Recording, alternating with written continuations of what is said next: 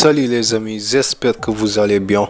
Aujourd'hui, nous allons aller au pays des hommes intègres pour parler d'un grand homme, un grand personnage. Cet homme n'est autre que Thomas Isidore Noël Sankara. Thomas Sankara est né à Yako le 21 décembre 1947 dans une famille chrétienne de 14 enfants. Il était un Paul Mossi qui n'a jamais oublié ses origines modestes. Son père, décédé le 4 août 2006, fut prisonnier comme tirailleur dans la Seconde Guerre mondiale, puis après avoir été enrôlé en Indochine dans les salles de guerre coloniale. Abandonné par la France à une retraite de misère dans ses combattants, il est infirmier dans la gendarmerie de Haute-Volta. Sa mère Marguerite est décédée le 6 mars 2000. Après des études secondaires à Bulbo Dioulasso, la carrière militaire de Thomas Sankara commence à 19 ans, avant qu'il ne soit envoyé poursuivre sa formation à Madagascar, où il aura donc l'occasion d'observer de ses propres yeux les soulèvements populaires malgaches contre le régime néocolonial en 1971 et de 1972. Ici naissent ses idées d'une révolution démocratique et populaire.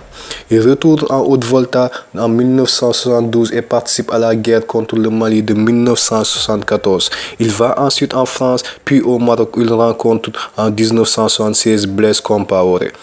Les deux hommes deviendront rapidement très proches et considérés comme des frères.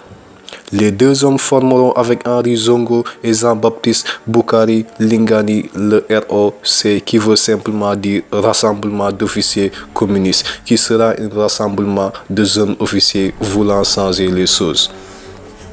Thomas Sankara est nommé secrétaire d'État en l'information en septembre 1981 dans le gouvernement Seizerbo et sera ensuite sensation en se rendant à vélo à sa première réunion de cabinet. Il démissionnera avec fracas le 21 avril 1982 pour marquer sa protestation en s'écriant « Malheur à ceux qui bâillonnaient le peuple ». Le 7 novembre 1982, un coup d'État place Jean-Baptiste Ouédraogo au pouvoir. Thomas Sankara sera nommé Premier ministre en janvier 1983. Dans son discours d'investiture, le mot peuple revient 59 fois. Thomas Sankara se fait immédiatement remarquer au sommet des non-alignés de New Delhi par un discours virulent contre le néocolonialisme. Mais le système de la France-Afrique fait la pluie et le beau temps. Après une visite des conseillers français aux affaires africaines, Guy Pen et Jean-Christophe Mitterrand, le fils du président français, Thomas Sankara sera emprisonné par Ouédraogo le 17 mai 1983. Son ami d'alors, Blaise Compaoré, organise un coup d'État le 4 août 1983 et le libère, puis on force Thomas Sankara à prendre le pouvoir. Thomas Sankara, président des pauvres. Tom Sankara, comme certains l'appelaient, voulait être un président différent et incarner un certain enthousiasme. Il a commencé par rendre quelques mesures spectaculaires comme vendre les voitures de luxe des membres du gouvernement et se déplacer lui-même en Renault R5.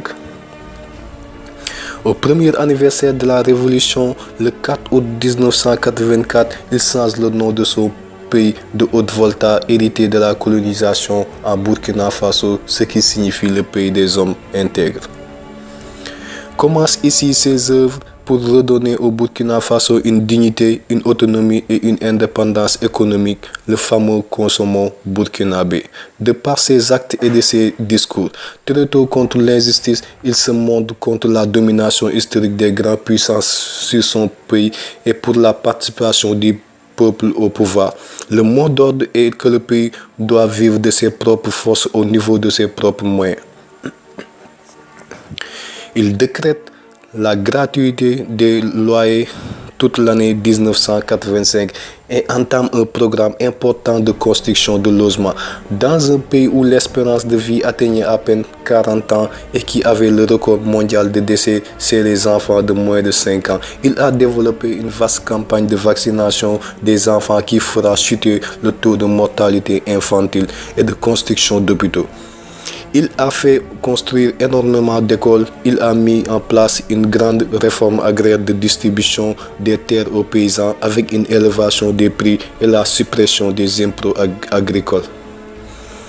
Il a montré une conception moderne de la condition féminine en condamnant la polygamie, en interdisant l'excision et en permettant aux femmes une meilleure participation à la vie politique. Il a nommé plusieurs femmes dans son gouvernement.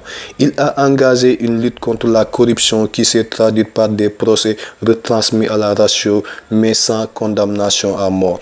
Il a également entrepris une campagne de reboisement du Sahel pour des plantations des milliers d'arbres pour stopper l'avancée du désert. Il n'a pas hésité à reprendre en son compte certaines thèses panafricanistes de Patrice Lumumba et de Kwame Nkrumah. Il prend la position sur le front Polisario. Il soutient le Nicaragua sandiniste. Il critique le FMI et ses institutions monétaires internationales. Sa vision ne se limitera pas au Burkina Faso, puisqu'il sera très vite à dénoncer la néocolonisation, sera un vide pourvoyeur de l'apartheid et fera sensation en s'opposant au paiement de la dette par les Africains.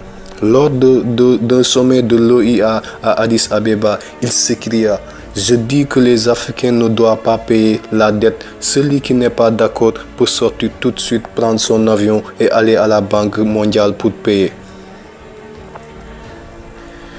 Le 15 octobre 1987, Thomas Sankara est en réunion avec des conseillers quand des bruits d'alarme résonnent authentiquement. Il aurait dit à ses conseillers: restez, c'est à moi qu'ils en veulent. Il sort du palais en sorte, les mains en l'air, mais visiblement les mutins n'avaient pas pour consigne de l'arrêter, mais de le tuer. Et quelques rafales mettent fin à sa vie, ainsi que celle des 12 de ses conseillers. Comme pour le tuer, le symbole une seconde fois, il sera enterré à la va-vite et de façon quasi anonyme. L'onde de choc provoquée par son assassinat parmi la jeunesse africaine et notamment burkinabé a poussé le régime à lui donner une sépulture plus convenable par la suite. Toute la population burkinabé défile en effet dans les rues pour pleurer l'enfant chéri qui n'avait que 37 ans, et les jours suivants, des milliers de personnes se rendront sur sa tombe en condamnant ainsi ce crime. Son bras droit, Blaise Compaoré, prend le pouvoir aussitôt après sa mort et prétendra avoir agi ainsi parce que Sankara projetait de l'assassiner, mais ses propos n'ont pas convaincu un grand nombre. Et 20 ans après, l'assassinat est toujours au pouvoir. Voilà les amis, j'espère que cette vidéo vous a appris. N'oubliez sûrement de vous abonner et de laisser vos commentaires. Et n'oubliez surtout pas de vous abonner à la chaîne pour encore et encore de vidéos. D'ici là, prenez soin de vous. Je vous dis merci et à très bientôt. Ciao.